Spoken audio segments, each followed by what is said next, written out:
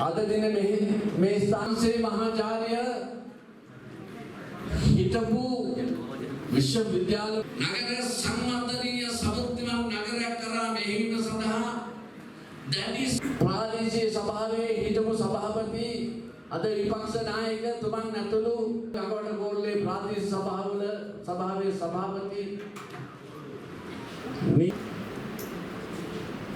මහනුවර නගර සභාවේ සහ ගඟවඩ ගෝල්ලේ ප්‍රාදේශීය සභාවේ පක්ෂයේ පොඩියක් තියෙන තැනදී එකතු වෙලා සියලු බේරයන් දිසිකේ ජයග්‍රහණය මෙහෙවණීට ඉතාම කැපවීමෙන් කටමිත්‍රාදීන් සියලුම දෙනා ඉතාම ගෞරවයෙන් යුතුව මේ අවස්ථාවේදී අපි පිළිගන්නවා. තාමතරව එක වචනයක් ටිකක් මම මතක් කරන්න කැමතියි. මහනුවර පාර්ශ්වික පිරිස් කැඳවලා බල මණ්ඩල දෙකක් හැටියට මේ ස්ථානයේ කැඳවුවේ තමුන්නාසලා අතේ තමයි මහනුවර සිංකරගල මෙත්‍රවරණ කොට්ටාස දෙක මෙතෙන්දී පත්‍රිකා මුද්‍රණය කරලා තියෙනවා.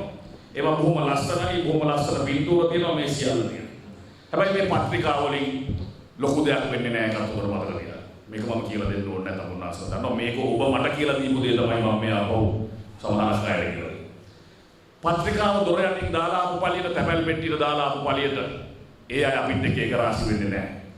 ගිහිල්ලා විනාඩියක් දෙකක් තුනක් රටේ තියෙන තත්ත්වය පැහැදිලි කරන්න ඕනේ නැහැ. බය වෙන්න එපා. තත්ත්වය හොඳට පැහැදිලි වෙලා තියෙනවා. රටේ තියෙන තත්ත්වේ රටට වෙච්ච දේ, ගමට වෙච්ච දේ, අපිට වෙච්ච දේ පැහැදිලි කරන්න ඕනේ නැහැ.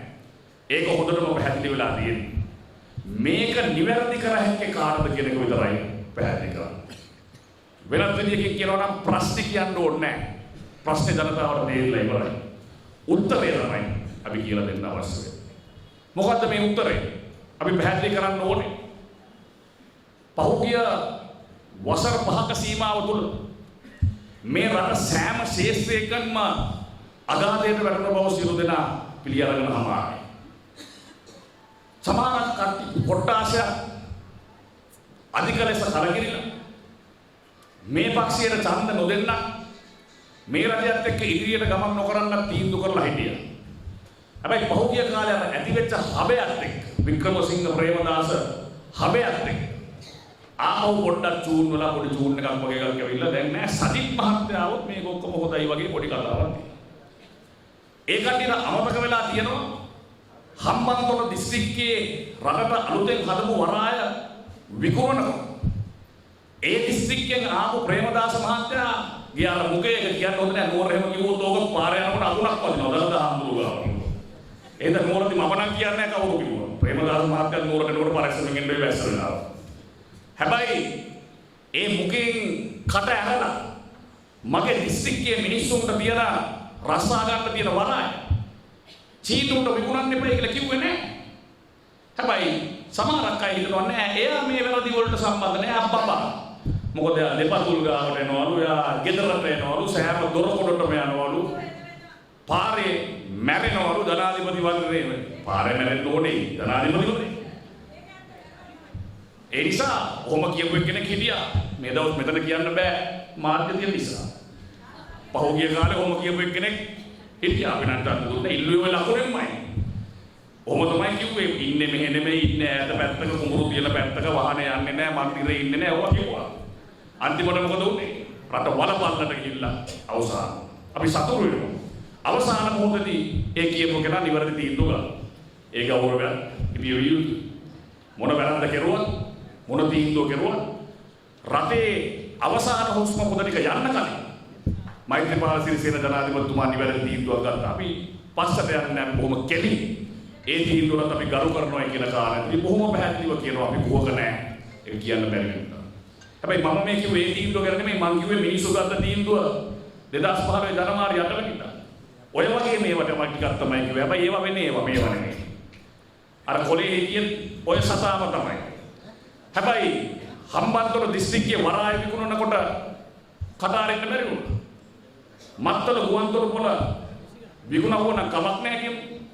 තමන්ගේ දිස්ත්‍රික්කයේ තමන්ට ඡන්ද දෙන ජනතාවගේ දිස්ත්‍රික්කයේ තියෙන ගුවන්තොට පොළ. ත ගිහිල්ලා වීබානෝ වීදුරු ටික කඩනකොට යන්ත්‍ර සූත්‍ර ටික විනාශ කරනවා. දිස්ත්‍රික්කයේ ඔය අපේක්ෂකතුමා කට ඇරලා කිව්වේ නෑ. අනේ මගේ දිස්ත්‍රික්කේ තියෙන මේක විනාශ කරන්න එපා. බැංකුව සුද්ධ කෙරුවා වික්‍රමසිංහ අගමැතිතුමා. මෛත්‍රීපාල සිරිසේන ජනාධිපතිතුමා කෙසේ වෙතත් එළියට බහැලා මේක කෙලින්ම කිව්වා. කිව්වා කියලා බේරෙන්න බෑ. පත් කරපු කෙනා හැබැයි කිව්වා අනුමතන. හැබැයි මේ නියෝජ්‍ය නායකතුමාගෙන් අද වෙනකම් පොඩි අය කිව්වා. ජෝකර්ට කිව්වා. රංජන් රාමනායක කිව්වා.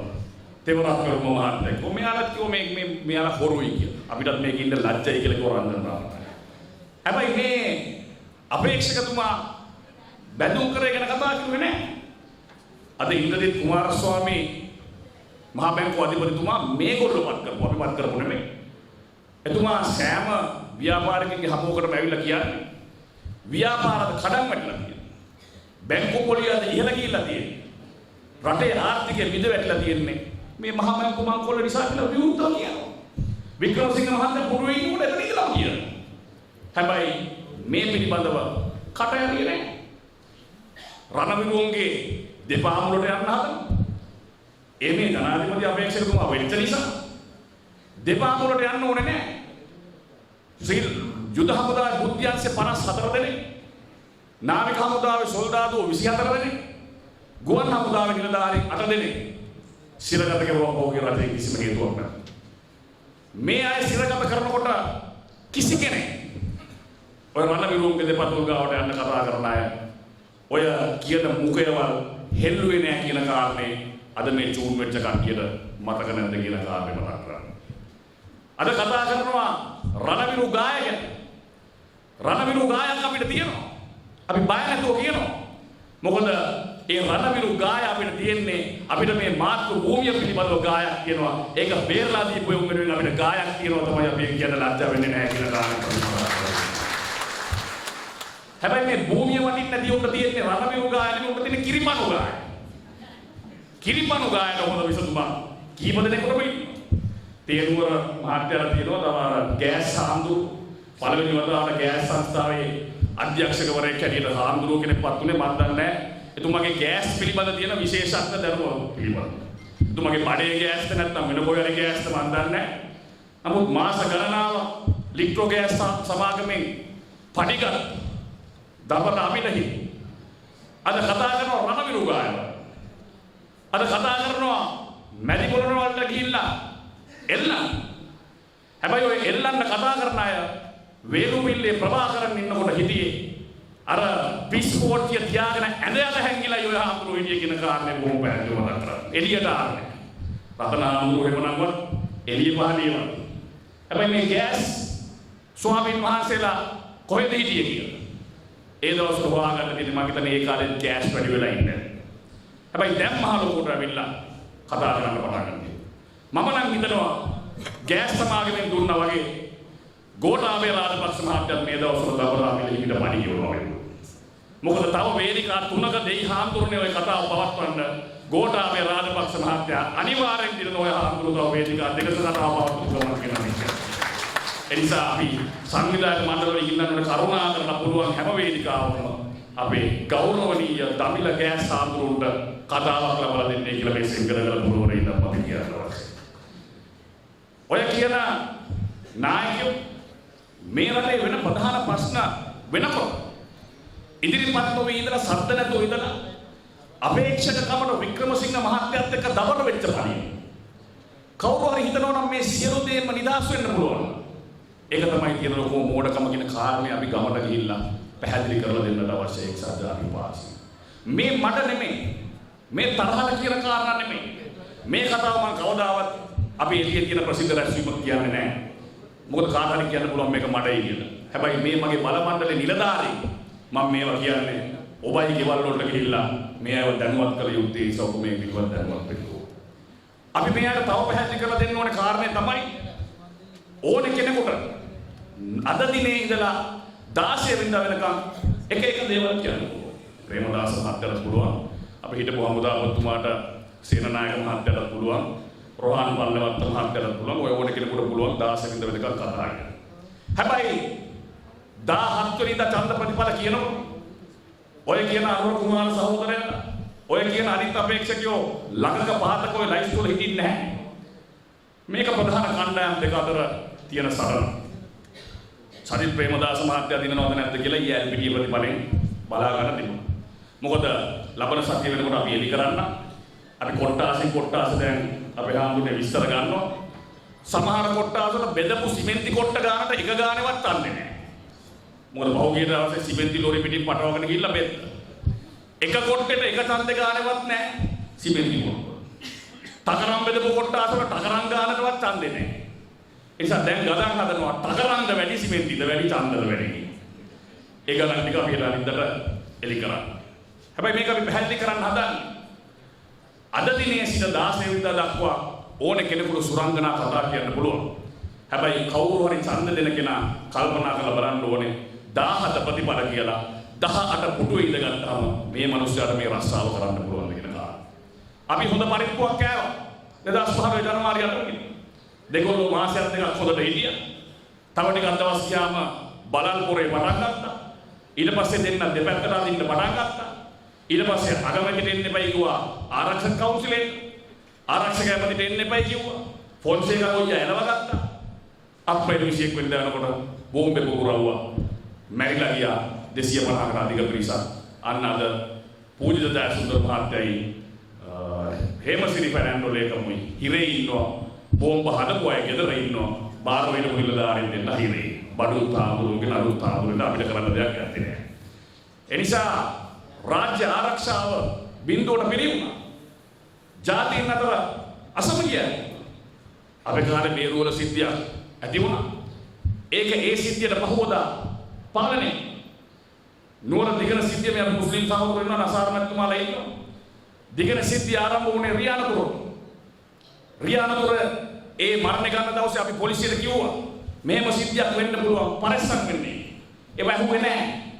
දවස් 7ක් මේ ප්‍රශ්නේ ගිහිල්ලා තරුණයෝ මැරෙනකම් අහක බලාගෙන ඉවරලා මොකද කිව්වේ? පොහොට්ටුවේ අපි ගැහුවා මම ගැහුවා කියලා කිව්වා. මාව අරගෙන ගියා ත්‍රස්තවාදී කොටස. ඇයි අරන් ගියේ? උඹ කොහොමද මේක කලින් දැනගත්තේ? ගහපු එක නෙමෙයි වැරද්ද. නවත්ත ගන්න බැරි වෙච්ච එක නෙමෙයි වැරද්ද. කලින් අපේ ආඳුනේ ගහයි පොඩ්ඩක් පරිස්සම් කියන් කිව්ව එක තමයි වැරද්ද වෙලා. දිගන එක ගියා වෙන තැනකට අඹ දැන්නට ගියා අඹ දැන්න දෙන්නෙක් මරුණා. එතන මැරිලා ඉවරකම් ඇඳිරි නීතිය දැම්මේ නෑ මෙයා. ඒ කරලා පොට්ටු පිට පටවලා අත හොදගන්න. ජාතීන් අතර අසමගිය ඇති වෙන්න දීලා ඔය උඩ බලාගෙන. උතුරේ අපි ගියාම මොකන්ද එයා කියන්නේ? අර ගෲප් ආව ගෲප් මේ ගෲප් කියනවා අපි දැන් මේ ඊයේ පෙරේදා ගියා. ඒ කට්ටිය කියන්නේ අපේ ආණ්ඩුකාරතුමනි සිංහල මිනිස්සුන්ට මේ ගෲප් වලින් කිසි කරදරයක් නැහැ. මොකද මේ ඉන්නේ කප්පම් ගන්න කණ්ඩායම. හැම ගෲප් එකෙන්ම ඇවිල්ලා දෙමළ ව්‍යාපාරිකයෙක්ගේ කප්පම් ගන්න. එයාගේ මහින්ද මහත්තයාගේ කාලේ යුද්ධ ඉවර වුණා. හමුදාවට ආරක්ෂා කෙරුවා. විනයක් තිබුණා. පොලිසිය තිබුණා. කවුරුත් අපෙන් කප්පම් ගත්තේ නැහැ. හැබැයි දැන් ආණ්ඩුවටත් අපි කප්පම් ගෙවන්න ඕනේ. ආණ්ඩුවටත් බදු ගෙවන්න ඕනේ. එන ගෲප් එකකට අපි කප්පම් ගෙවන්න නිසා මේ සැරේ වරෙන් කො අපි ඉලපද තියන් ඉන්නේ කියලා තමයි දැන් උතුරේ ජනතාව කියන්නේ. සම්පූර්ණ රට පිළිවුණා. මේ සියලු දේ ඔය ආණ්ඩුවේ හිටපු ඇමතිවරයෙක් හැටියට හිටපු මේ ඇමතිවරයා වග කියන්න ඕනේ නැහැ. කටේ පිට්ටු වගේ බලන් හිටියේ. ඒ මුගේ වැඩ කරන්නේ දැන් විතර. ඒ දවස්වල මුගේ හිරවලා මුගේ පිට්ටු දී කුරහන් පිට්ටු දහම්මන්තර නිසා තිබුණේ.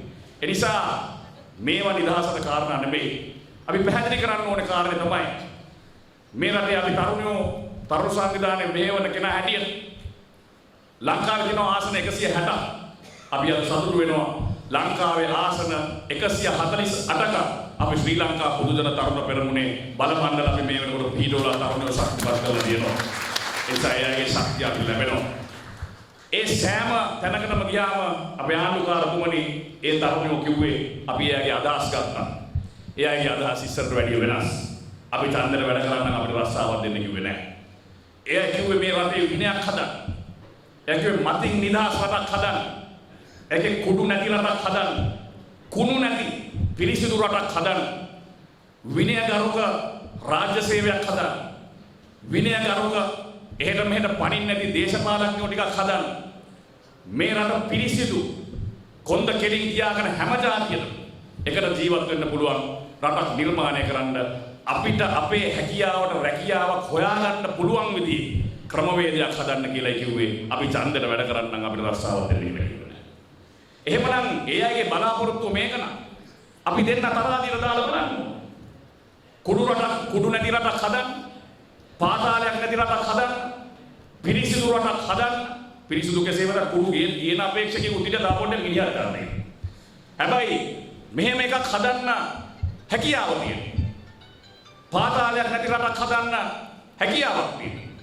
කොයි අපේක්ෂකයකට 18 වෙනිදා වෙනකම් 17 වෙනිදා වෙනකම් ඕන කෙනෙකුට 16 වෙනිදා නම් කියන්න පුළුවන්. හැබැයි 18 වෙනිදා ඉඳන් කරන්න පුළුවන් කාර්යද කියලා බලන්න. අපි හිතනවා බැරි වෙලාවක්වත් ඔය කියන හංසයාගෙන් ඉල්ලන අපේක්ෂකයා මේ රටේ 18 වෙනිදා ඔය පුටු ඉඳගත්තොත් කවුද අල්ලපු පුටු ඉඳගන්නේ? අල්ලපු පුටු ඉඳගන්න දෙයක් නැහැ. දැනුත් ඉන්නේ ඒ පුටුවෙම. අය වත් කරන්න ඕනේ නැහැ. අකමැති ඒ පුටුවෙම ඉන්නේ. නිසා අල්ලපු පුටු ඉඳගන්නේ බැංකුව කඩපු වික්‍රමසිංහ මහත්තයා.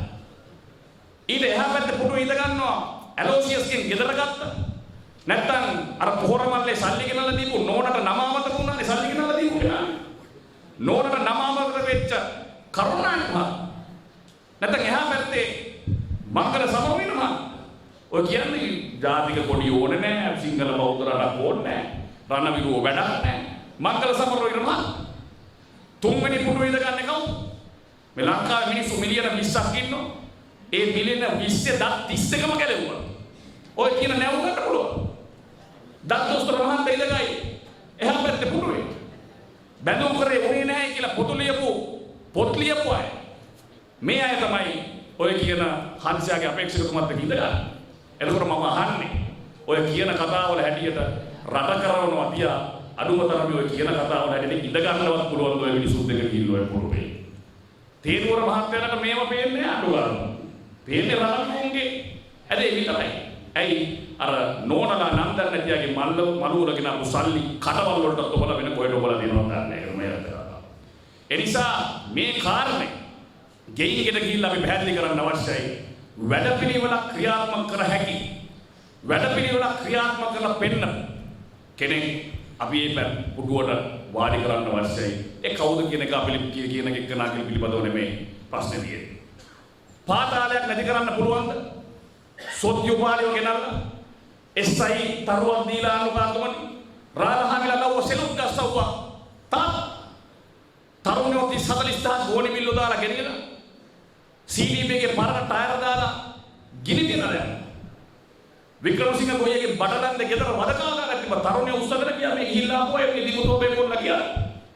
නියපොතු ගැලෙව්වා. ඔළුවට පරාලයන ගහලා හන්දි ගලන දාලා පුච්චව. මහ ලොකුට සංගීතයව ගැන කතා කරනවා.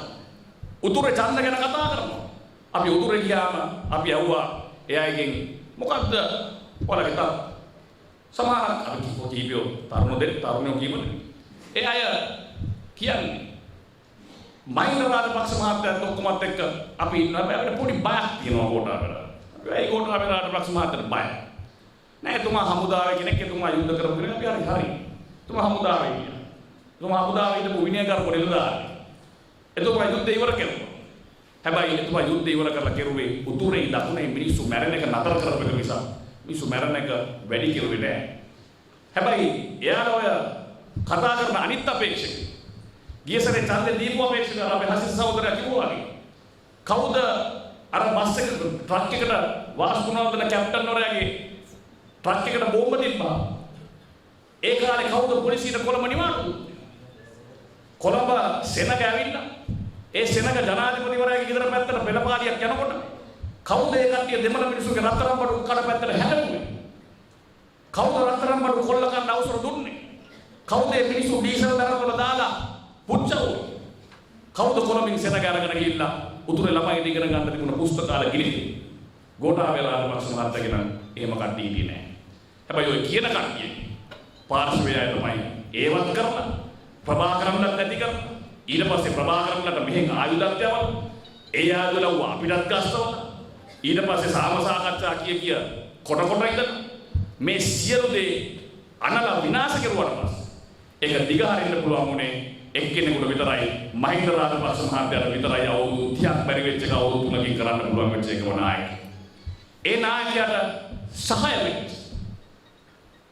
මේ කාලකන් යුද්ධය අවසන් කරන්න සහාය වෙච්ච කොළඹ නගරේ පොද වැස්සට යට වෙමින් තිබුණා. කොළඹ නගරේ ගඳ ගසමින් තිබුණා. කොටුවේ ගිහිල්ලා බැස්සා විදිය බල්ලෝයි කපුටෝයි තැමිලි කොම්බයි ගදයි ඉතරයි. නන්න දැන් උන්ටන්න බෑ පොඩු බතන ආය වහගෙන යනවා. හැබැයි මේ කොළඹ නගරේ ලංකාවේ ආසියාවේ තියෙන ආකර්ෂණීය නගරේ බවට පත් කෙරුණා. පාතාලෙට තිත තිබ්බේ. මතට තිත තිබ්බේ. විනයගරුක සේවයක් මේ රටේ ඇති කරන්න ආරම්භ කෙරුවේ කවුද? වෙන කවුරුවක්වත් නෙමෙයි අපි නම් කළ තියෙන ගෝඨාභය රාජපක්ෂ අපේක්ෂකතුමා කියන කාරණේ මතක් කරගන්න. ගේන්ගෙට ගියාම ඔබ සමහදිරි කරන්න ඕනේ කාරණේ තමයි අපිට රටක් අවශ්‍ය නම් අපිට ඉදිරියට යන්න අවශ්‍ය නම් තමන්ගේ දරුවට අනාගතයක් සහ අඩුම තරමේ අපිට තිබිච්ච රටක් අවශ්‍ය නම් ඊටාම පැහැදිලිව ඔය කියන දේවල් බලාපොරොත්තු නම් ලයිස්තුවේ උදේ ඉඳලා පහළට කියවුවාම ඔය බලාපොරොත්තු වෙන දේවල් නම් කරන්න පුළුවන් එක අපේක්ෂකයා ඉන්නේ. කයිවාරු ගහන්න පුළුවන් අපේක්ෂකයෝ ඉන්නවා. හැබැයි බලාපොරොත්තු වෙන දේ කරන්න පුළුවන් එක මිනිහා ඉන්නේ කවුරුවක්වත් මේ ගෝඨාභය රාජපක්ෂයි කියන කාරණා විශ්වාස කරනවා. මෙන්න මේ පණිවිඩය තමයි තමුන්නාස්ලා ගිහිල්ලා පැහැදිලි කරන්න ඕනේ කාරණා වෙන්නේ. ඒ නිසා අර කාණ්ඩුකාරතුමාගේ වැඩපිළිවෙලයි අවශ්‍ය වෙන්නේ. ඒ නිසා අද දිනේ සිට වසන් රැස්වීම මාලාව මම හිතනවා සභාපතිතුමාලා හදලා තියෙනවා. කොට්ටාස රැස්වීම මාලාව හදලා තියෙනවා. ප්‍රධාන රැස්වීම සෙන්කඩගල ආසනයේ හැටියට නොවැම්බර් මාසයේ 11 වෙනිදා නුවර මධ්‍යම වෙළඳපොළ ඉස්සරහා අපිට පවත්වන්න තියෙනවා. අවසාන මහානගරදිස්ත්‍රික්ක රැස්වීම නොවැම්බර් 11 සෙන්කඩගල ආසනයේ රැස්වීම හැටියට තමයි අපිට ලැබිලා තියෙන්නේ. ඒ නිසා 11 වෙනිදාට පෙර ඒ රැස්වීම තියලා ඉවරලා වෙන දේවල් කරන්න බැරි බව අපි සියලු දෙනා දන්නවා. ඒක සාමාන්‍යයි. ඒ නිසා 11 වෙනිදාට පෙර මේ සියලු දේ ගෙයින්ගෙට යෑම පළවෙනි වටේ ප්‍රතිපත්ති ප්‍රකාශ තාම අපි නිකුත් කරලා නැහැ.